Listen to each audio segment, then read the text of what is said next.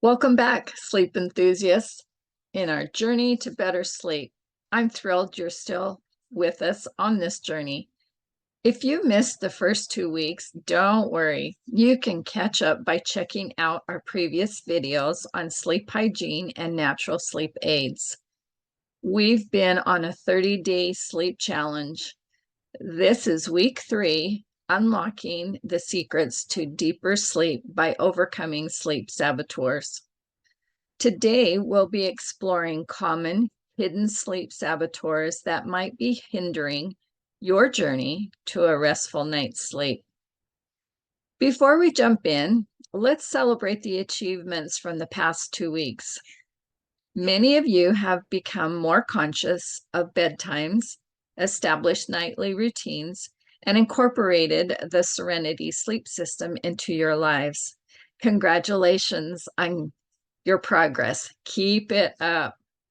One exciting addition to our nightly routine that I've also tried is Shinrin Yoku, which means forest bathing. Come with me as you imagine walking through the serene forest, the smells of the forest plants, the sounds that you might hear. Check out this video to find out why you may want to try Shinrin Yoku.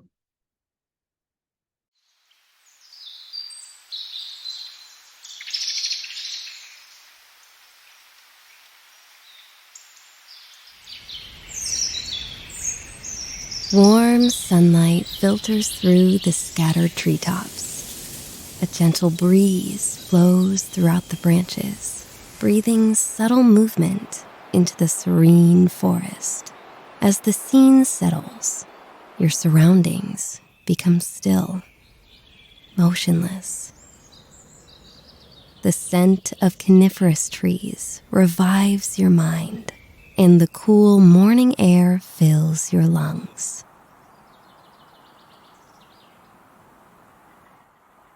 Nature is where you belong.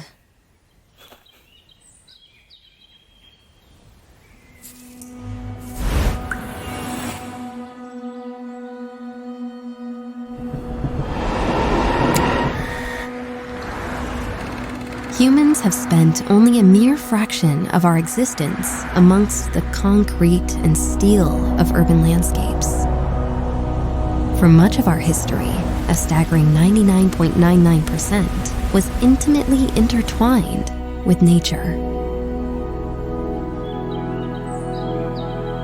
It is no wonder, then, that human beings are instinctively drawn to the very place where our mind and body feel nurtured.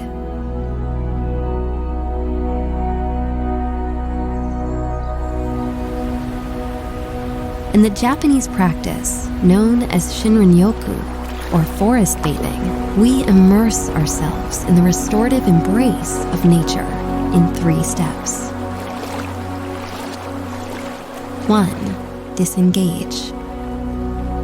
2. Breathe and interact with nature. 3. Transition ourselves back into daily life. It is through this connection with nature that we rediscover the ancient bond between humanity and the gifts of the earth.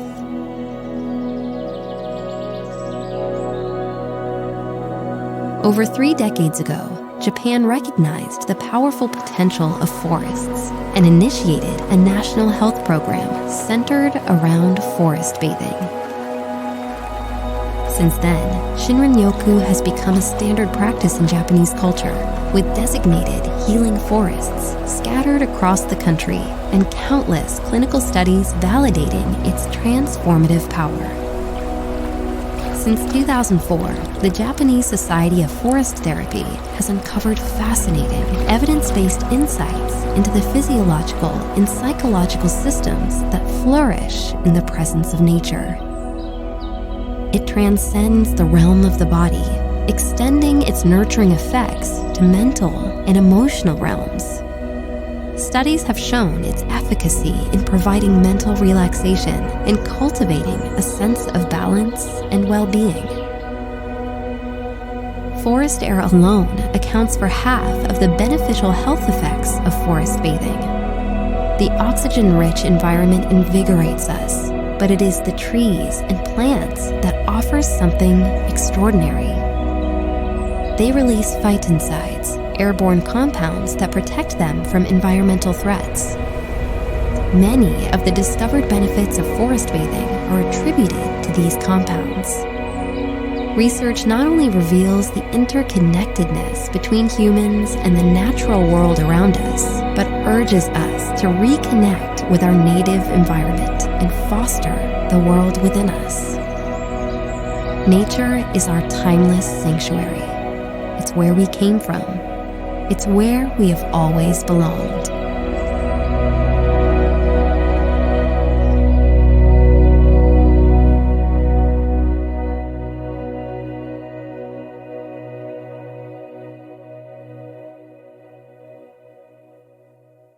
Shinrin Yoku is a fantastic choice for your night diffuser, providing a refreshing alternative to keep things exciting. Now, let's address those common and hidden or not as common sleep saboteurs. A sleep specialist, Michael Bruez, noted, quote, "Some disruptors are part of many people's nighttime routines, but fear not. Once identified, these saboteurs are easy to outsmart," close quote. First up, let's talk about some common culprits. You might recognize most of them from our previous discussions. Napping. While naps can be refreshing, timing is critical. Stick to short naps. 20 to 30 minutes is sufficient to avoid grogginess. Too early of a bedtime? Listen to your body. Go to bed when you feel tired and avoid sleep difficulties. However, staying up past bedtime, then you start to feel tired. Have you ever gotten so tired that you fall asleep in your chair or at the computer? You make the choice to push through, to try to finish something, and pretty soon you are not as tired as you were a little while ago. When you finally go to bed, then you can't sleep. Sleeping too much, 10 hours or more, can further harm your health. If this is happening to you and you don't feel rested in the morning, consult your physician. Keeping a sleep journal will help. Some apps can do that for you. Fitbit is the one that I use. Now, too early, too late, too much. What does it all mean? It means go back to balancing your routine. Be consistent in bedtime routines. It's so important. We talked about caffeinated drinks in the last video. Here's a decaf coffee surprise. Decaf doesn't always mean caffeine free. Some products contain enough caffeine to keep you awake. Bedtime rituals. Establish a relaxing routine to signal your body it's time to wind down. Dim the lights, take a warm bath or a shower, and avoid digital devices. Avoid vigorous exercise before bed. Exercise is excellent, but do it earlier in the day to avoid raising core body temperature and adrenaline levels too close to bedtime. Stress and sleep. Stress can significantly impact sleep quality. Establish a schedule, eat healthy, exercise consistently, and limit screen time to manage stress. Now let's engage in a quick 3-question survey to understand your sleep, stress, and emotions better. Pause this video now to grab a pencil and a paper, and let's get started. I'll wait.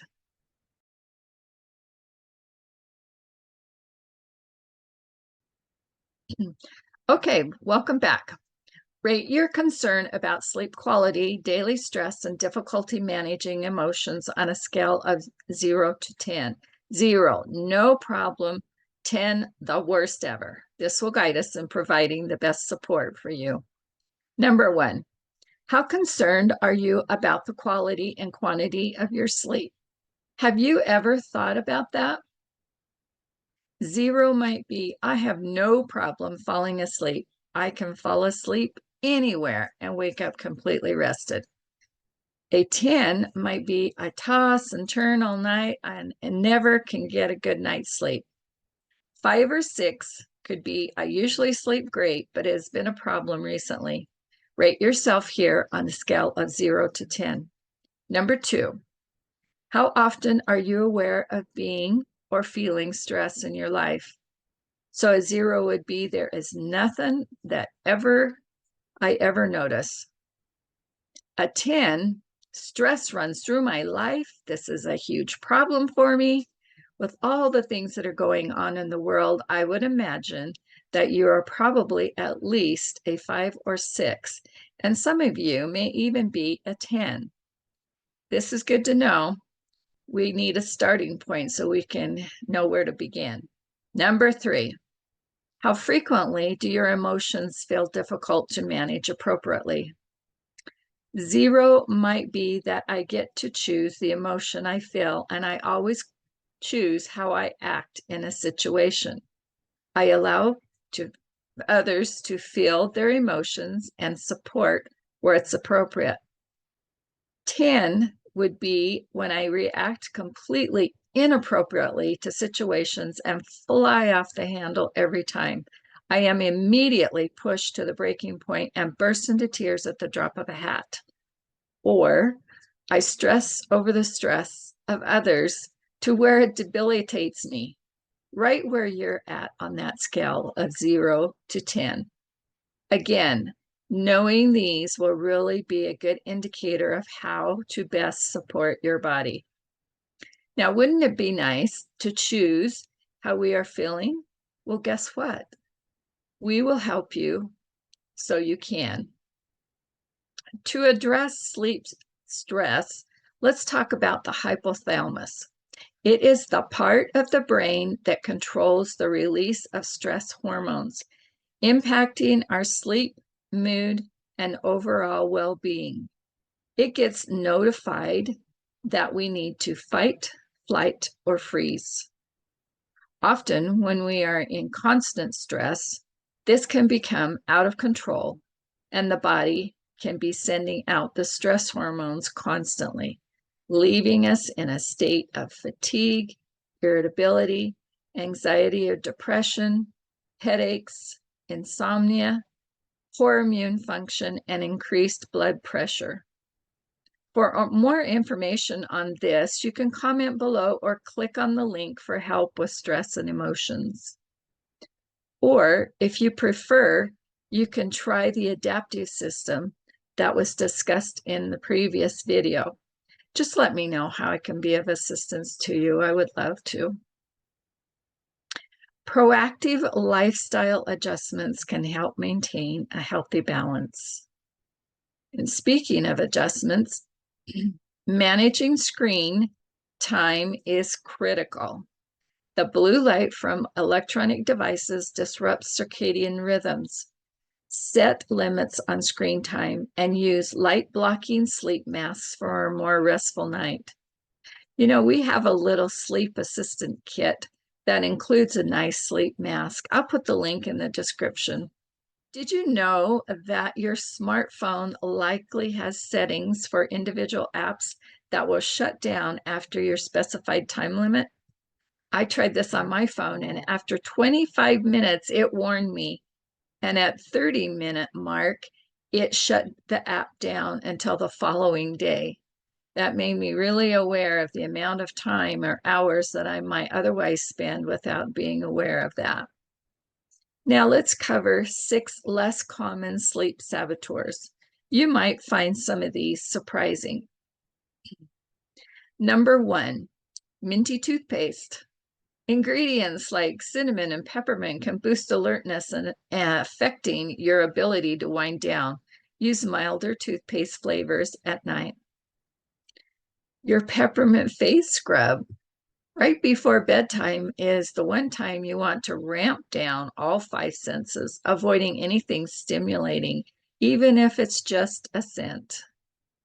Number 2, chronic pain. Pain can interfere with sleep, creating a vicious cycle. Massage is a natural way to alleviate pain and improve sleep quality. Hot and cold packs can also alleviate pain, or try our deep blue rub or stick. They are amazing. because up to 2/3 of people with chronic pain conditions suffer from sleep disorders. The cycle must be broken. Many times, treating insomnia has a helpful effect on lessening chronic pain. And then again, treating pain can help lessen insomnia. It's a circle. Number 3, overthinking. If your mind races at bedtime, overthinking about the day or events of the past, it's a sign to take your mental health seriously. This type of behavior can be due to anxiety or depression, but it may also be an occasional event you can take care of without consulting a doctor. Try creating meaningless mental lists, like naming the actors who would be great in a remake of a certain movie. On the other hand, you could try reverse psychology on yourself. Instead of convincing yourself to fall asleep, tell yourself to stay awake. Lastly, a more therapeutic approach would be to keep a journal by the bed and write down what makes you think so much. Number 4, revenge bedtime procrastination. After a jam-packed day, do you stay up late for some me time rather than to go to bed at a reasonable hour? If you're in the habit of doing that, it could be a sign of revenge bedtime procrastination, also known as sleep procrastination. It means you get revenge for your busy daytime schedule by fitting in leisure time at the expense of shut-eye. Staying up late for me time may harm your sleep. Recognize the signs and once again, prioritize a healthy sleep schedule. So here's a couple more overlooked sleep saboteurs. Number 5, alcohol is one of the worst things for good quality sleep. Remember, try tart cherry juice instead. It contains melatonin, a sleep hormone. We discussed that in our last video. It has sedative properties and is a good tool to help you fall asleep. It is also found in our Serenity sleep system. I know what you're going to say. It helps me relax and fall asleep. But during the night, alcohol is metabolized and its sedative effect starts to fade. This disrupts your sleep cycle and can disturb the rapid eye movement stage or REM sleep, which is very important for memory storage. Number 6, nicotine is a stimulant. Stimulants are substances that speed up the system in the body and can cause periods of extended wakefulness. If someone uses nicotine near bedtime, it may disrupt specific neurotransmitters involved in the sleep process, making it more difficult for them to fall asleep. You already know that is something you should quit because of health concerns. So there you have it. As we continue our sleep challenge, remember that small, consistent changes to your sleep hygiene and routine can lead to more restful nights. Identify and conquer those sleep saboteurs, and soon you'll be enjoying the benefits of a truly rejuvenating sleep. Thank you for joining us on this sleep journey. Don't forget to like, subscribe, and check out the links in the description below. We'll see you in the next and final video in this sleep series. Week 4 will be results and reflections, where we will be celebrating our success and finding what needs to be improved. Until then, sweet dreams, my friends.